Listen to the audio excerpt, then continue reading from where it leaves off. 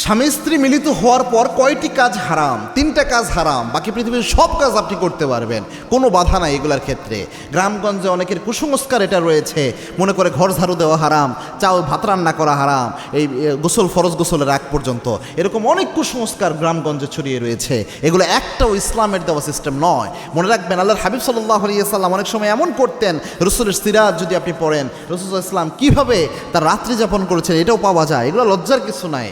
এবং কি আল্লাহর হাবিব সাল্লাল্লাহু আলাইহি সাল্লাম এটা বলতেন, ও আমার বিবিরা, আমাকে রাতের অন্ধকারে যেইভাবে দেখো, দিনের আলোতে যেইভাবে দেখো, সবটাই আমার উম্মতের জন্য প্রকাশ করে দাও, সবটাই উম্মতের জন্য শিক্ষা।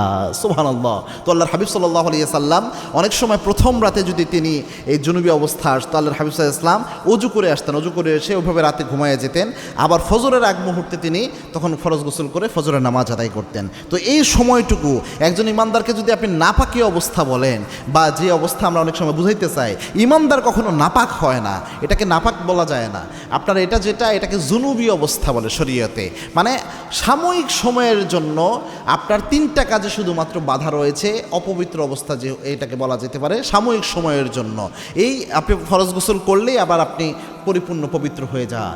আর মুশরিকরা, ইসলাম বিদ্বেষীরা, এরা কখনো পাক হতে পারে না, এরা কখনো পবিত্র হতে পারে না। আর একজন ইমানদার অল টাইম সে পবিত্র, সে পাক। তো তিনটা কাজের প্রথম যে কাজ সেটা হচ্ছে, আপনি এই জুনুবি অবস্থায় আপনি কোরআন তেলাওয়াত করতে পারবেন না, কোরআন হাতে নিয়ে কোরআন তেলাওয়াত আপনি করতে পারবেন না, এটা নিষিদ্ধ। 2 নম্বর হচ্ছে, আপনি এই অবস্থায় নামাজ পড়তে পারবেন না। জুনুবি অবস্থায় আপনি যতই ওযু করেন হবে না, আপনার ফরজ গোসল করেই তারপরে নামাজ পড়তে হবে। 3 নম্বর হচ্ছে, আপনি কাবাঘর তওয়াফ করতে পারবেন না। এই তিনটে কাজ নিষিদ্ধ, মোটামুটি মানে ফান্ডামেন্টাল বলা যায়, মৌলিক যে কাজগুলো আমরা সচরাচর করি, এই মৌলিক কাজগুলোর মধ্যে এই তিনটা কাজে মূলত নিষিদ্ধ।